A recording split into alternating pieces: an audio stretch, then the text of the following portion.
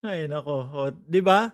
O ngayon ho mga kababayan, eto, biruin mo si Madriaga pala sumulat pa kay, dating senador na ngayon po ay congresswoman na si De Lima ho mga bossing, sumulat. Bakit? Eh, nagsusumbong. Oo, nagsusumbong mga kababayan, nagsusumbong na, ginigipit siya nung mga Duterte. Biruin mo yung mga yun. Oh, ano sabi dito? News 5. Oh, Ramil Madriaga sumulat kay Representative De Lima para humingi ng tulong.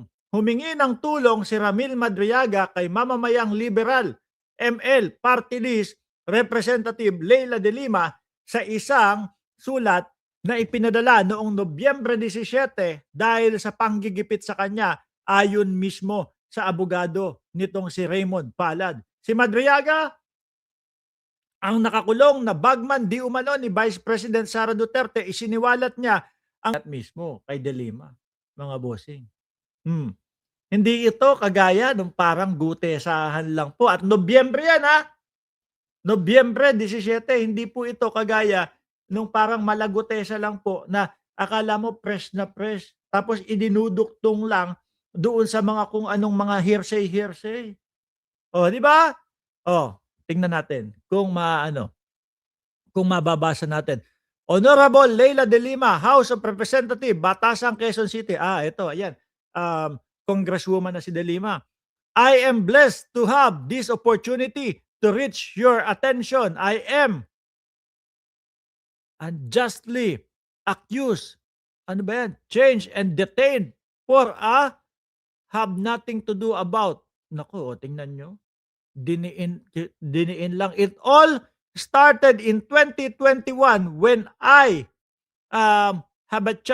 when I changed upon a group of former ba yan? No? Of farmers, hindi ko farmers in Bataan begging for ito yata yung ano, ito yata yung kay Roque ano, no, started in 2021 when I, have a, change upon ang hirap intindihin, lalo na dikit-dikit. Oh, I learned that they were forcibly ejected from their, own ito yung kay Roque na sinasabi na land grabbing. Tapos meron pa nga akong narinig kapag kinasuhan daw si Roque, parang kinasuhan na din ang mga Duterte. Biruin niyo ho yun mga bossing, 'no? Ito maganda, kasi sinasabi ng mga DDS, si Gutesa naman nasa loob na ng kulungan yan, papaniwalaan mo ba agad-agad yan, ganito, ganyan. Malay mo totoo yung sinasabi, na siya ay ano lang, na siya ay idiniin kasi hindi na siya pumapanig doon sa kanila. 'Di ba? I learned that their lands, are they're already occupied by ano 'to, hindi ko alam 'to, hindi ko mabasa, individual. By other individual ba 'yan? By ang hirap. Change looking, speaking, and military uniform, ang hirap, individual. I then become, so and went on the interview, former to be ang hirap po mga kababayan. Pero ang kagandahan ho nito, mga kababayan, mga boss chief amo sir, ayan kumpletos recados at may ipapakitang ebidensya. Hindi kagaya nung malagote-gutesa lang ho, mga bossing. Yung gutesa, kahit kumbaga, kahit ho 5 taong gulang o kahit ho 8 taong gulang, mga bossing, alam mo sa sarili mo, na hindi totoo yung mga pinagsasasabi po. Biruin mo ito pa, pahabol pa doon kay Gutesa. Pati man lang po, pati po yung notaryo, pineki pa. Bakit kayo magagalit sa akin mga DDS? Yun ang sabi.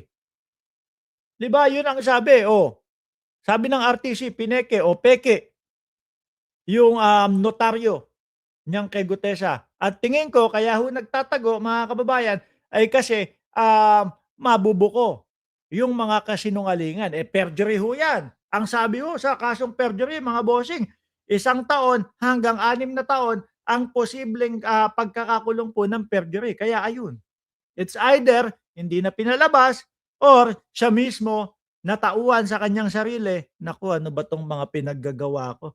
Ang tahi-tahimik ng buhay ko, ang ayos-ayos ng buhay ko sa, kasama pamilya ko, bigla kong pinasok ito." Hmm, 'di ba may pag-amin pa nga diyan si defensor, na kasama siya ang gumawa doon sa affidavit ni Gutesa. Hmm, eto, tingnan niyo, with matching pirma at with matching notaryo yung affidavit 'no, nitong si Madriaga, mga bossing. Ayan oh, oh 'di ba? Ginigipit. Baka totoo yung sinasabi niya, ako'y ginigipit o talagang idinidiin ako kaya ako nandito sa oblo. Kaya po mga bossing, eh, magkakaalaman ho ito. Maganda ho itong laban, 'no? Kung pagkumparahin mo si Gutesa at eto pong si Madriaga, ang layo po ng pagkakaiba. Napakalayo po, mga kababayan. Hindi hindi uubra yung Gutesa dito, 'no?